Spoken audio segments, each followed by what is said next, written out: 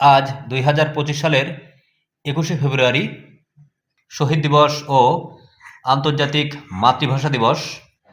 আমাদের বাবা শ্রেয়াস আহমেদের জীবনে এই দিনটি প্রথমবার এলো। আজকে ওর বয়স 4 মাস 15 দিন, অর্থাৎ 4.5 মাস।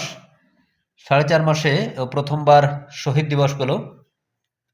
আমরা চেয়েছিলাম যে ওকে হয়তো শহীদ মিনারে নিয়ে যাব, কিন্তু আপনারা জানেন একে তো শীত, তার উপর ও খুবই ছোট, অর্থাৎ 4.5 মাসের বেবি, যে কারণে ওকে আমরা নিয়ে যেতে পারিনি। তবে আশা করছি আগামী বছর ও আর কি শহীদ মিনারে গিয়ে ফুল দিবে।